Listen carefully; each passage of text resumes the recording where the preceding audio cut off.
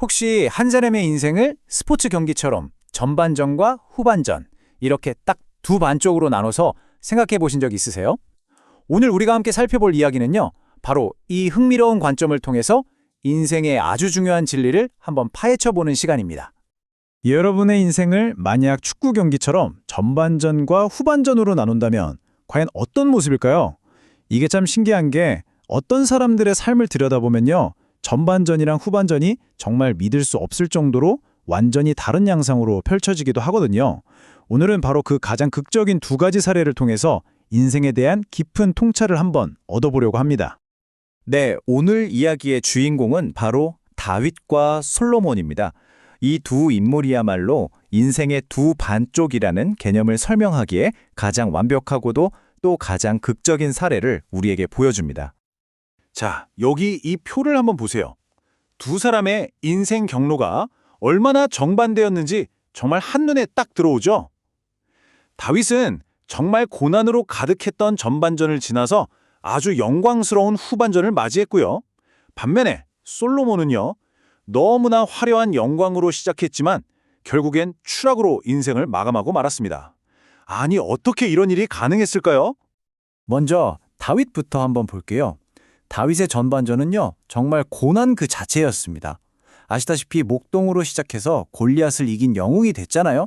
하지만 그 뒤에 사울 왕의 질투를 받아서 정말 오랫동안 쫓겨다니는 신세였죠.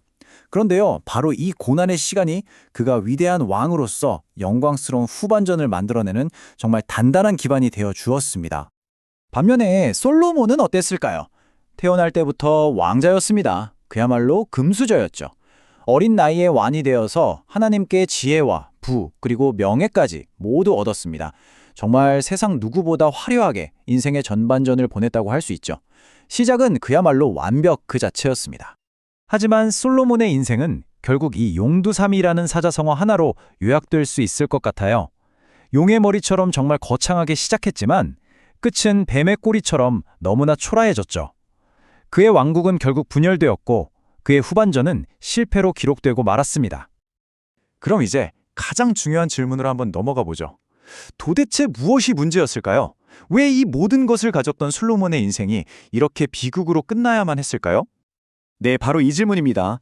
역사상 가장 지혜로운 왕으로 불렸던 솔로몬이 왜 실패했을까요?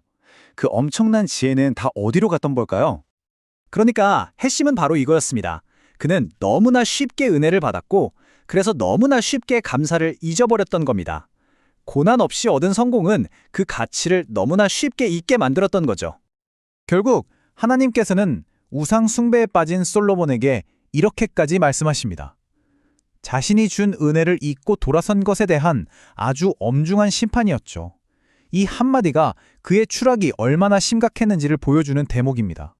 자, 그런데 여기서 정말 흥미로운 점이 하나 있습니다. 이 심판이 즉시 집행되지가 않았다는 거예요. 왜였을까요? 바로 그의 아버지 다윗에게 하신 약속 때문이었습니다. 하나님은 다윗과의 약속을 지키기 위해서 솔로몬 시대에는 나라를 완전히 빼앗지는 않으셨던 거죠. 바로 이 지점에서 우리는 굉장히 역설적인 진리를 하나 발견하게 됩니다. 바로 고난이라는 것이 단순히 고통으로 끝나는 게 아니라 우리를 지켜주는 안전장치가 될 수 있다는 사실입니다. 맞습니다.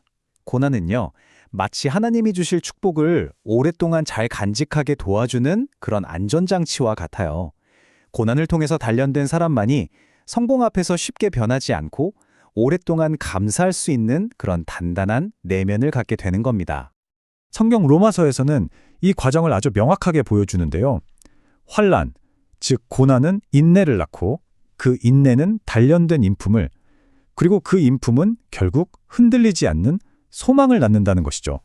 다윗은 이 과정을 온몸으로 겪었지만 솔로몬은 이 중요한 과정을 그냥 건너뛰어버린 셈입니다. 자, 그렇다면 이 고대의 이야기가 오늘날을 살아가는 우리에게는 어떤 의미가 있을까요? 사실 우리 주변을 잘 둘러보면요, 솔로몬과 같은 길을 걷는 사람들이 너무나도 많습니다. 한번 생각해 보세요. 대학에 합격하게 해달라고 정말 간절히 기도하고는 합격하고 나서는 공부 때문에 멀어지죠. 또 직장을 구하게 해달라고 기도하고는 취업 후에는 바쁘다는 핑계로 또 멀어집니다. 좋은 배우자나 자녀를 얻고 나서는 그 관계 속에서 감사의 근원을 잊어버리게 되고요. 이게 바로 오늘날 우리가 볼 수 있는 솔로몬의 모습입니다. 이제 이 질문을 우리 스스로에게 한번 던져볼 시간인 것 같습니다. 나는 지금 내가 받은 축복에 대해서 한결같이 감사하는 다윗의 길을 걷고 있나요? 아니면 받은 은혜를 점점 당연하게 여기면서 멀어지는 솔로몬의 길을 걷고 있는 건 아닐까요? 그렇다면 이 솔로몬의 길을 피하고 우리 인생의 후반전을 정말 의미 있게 채우기 위한 방법은 과연 무엇일까요? 해답은 의외로 간단한 곳에 있습니다. 바로 감사를 다시 회복하는 겁니다. 감사를 잃어버린 마음을 수리하는 가장 좋은 방법은 바로 리마인드, 즉 다시 기억해내는 겁니다. 지금까지 하나님께서 나에게 베풀어 주신 은혜가 무엇이었는지 하나하나 의식적으로 기억하고 또 감사하는 거죠. 그럴 때 우리의 마음은 다시 은혜로 채워질 수 있습니다. 그리고 이건 바로 예수님께서 우리에게 보여주신 완벽한 본보기입니다. 5,000명을 먹이기에는 정말 턱없이 부족해 보이는 보리빵 5개와 물고기 2마리를 손에 들고 불평하는 대신에 하늘을 우러러 감사 기도를 드렸습니다. 바로 그 감사가 기적의 시작이었던 셈이죠. 결국 우리의 믿음은요, 감사라는 형태로 드러나게 되어 있습니다.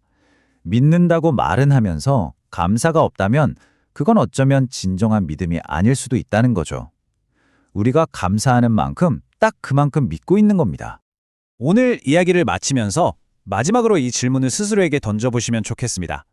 당신의 인생 후반전은 지금 무엇으로 채워지고 있습니까? 혹독한 고난을 통해 얻어낸 단단한 감사인가요? 아니면 너무 쉽게 얻어서 점점 잊혀져가는 은혜인가요? 부디 여러분의 후반전이 다윗처럼 감사와 축복으로 충만해지기를 바랍니다.